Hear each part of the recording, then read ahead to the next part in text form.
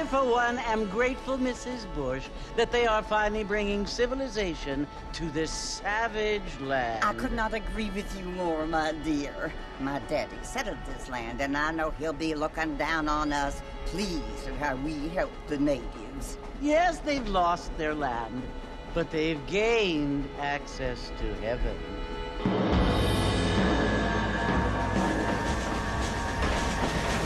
But Father, do you mean unless an innocent receives communion, they're destined to go to hell? It hardly seems fair.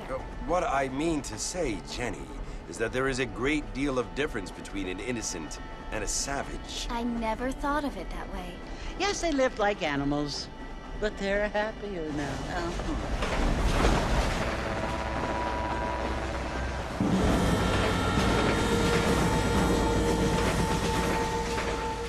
Not only do people now have motor cars, Father, but I heard that pretty soon we will be able to fly. No, only angels can fly, Jenny. No, apparently people can fly. Didn't you hear? Out in Kansas, a man even got a car to fly. I hardly think so, Jenny.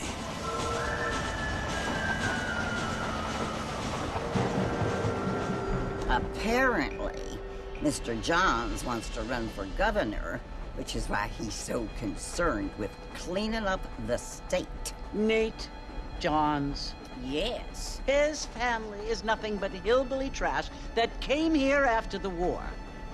I don't want to be judgmental, but this state should not be ruled by such a disgusting family. A family without class. Apparently. The Johns family have made a lot of money, and he has a lot of friends in politics. Mrs. Bush, money isn't everything. There are many things that money cannot buy. It seems that money can buy voters, though.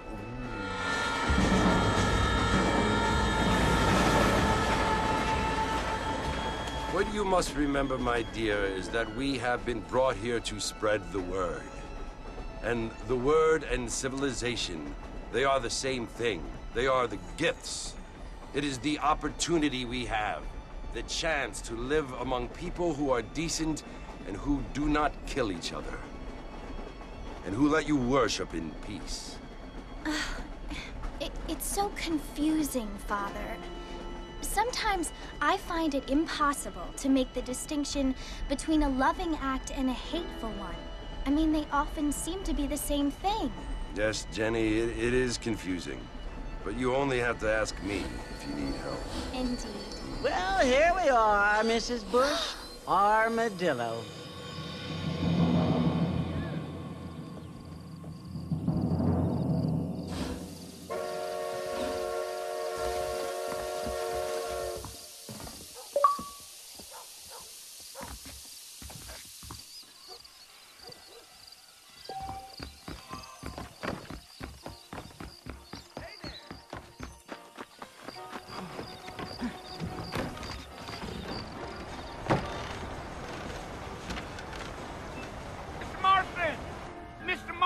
Over here!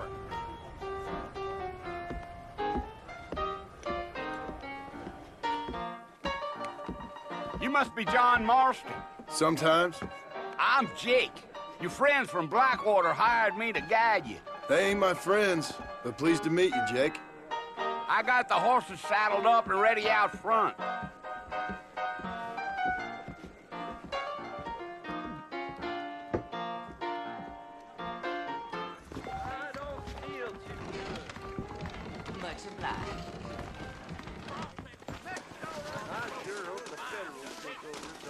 We live in time. Well, here, let's mount up and hit the trail. Most of them are not.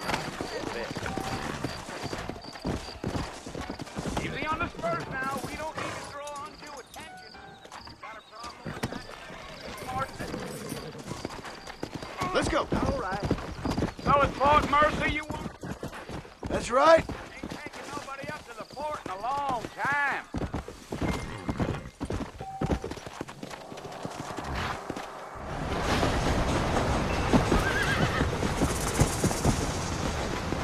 Are you planning on spending any time in Armadillo, Mr. Marston? I doubt it. I ain't planning on staying very long. Well, if you're fixing for some female company, you can do a lot worse than armadillo. Fine as cream gravy they are. Not like these Flanders.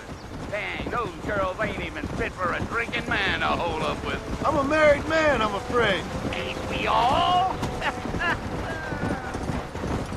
Yeah. Oh, it was the marshal who hired me. Lee Johnson. Do you know him?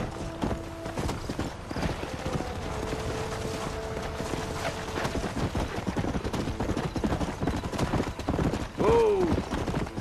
You ain't very talkative, are you? Nope. I'm just chewing the dog, mister. It's how I am. I don't mean nothing by it. Trust me. There's things you're better off not knowing. I knew all that foreign was gonna Right. land you on your ass. Go. Slow up. Yeah, yeah.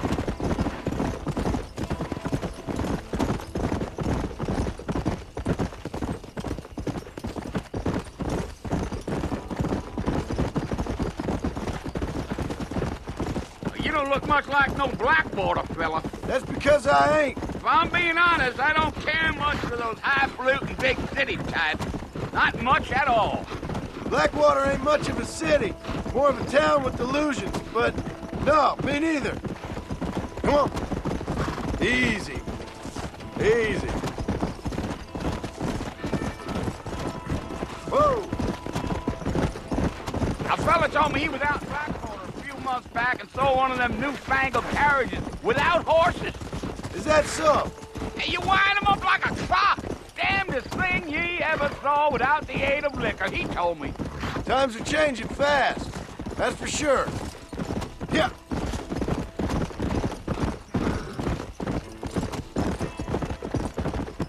Giddy up. So who's this friend you're looking for? Nobody you need to concern yourself with.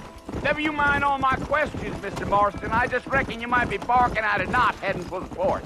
We'll see when we get there. Well, I sure as hell ain't sticking around.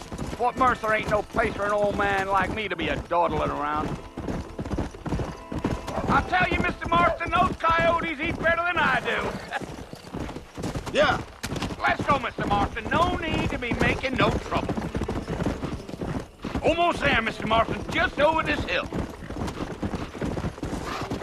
Hey. Whoa, now. Listen, mister. This here's what's left of Fort Mercer. Some gang rode in and took the place over.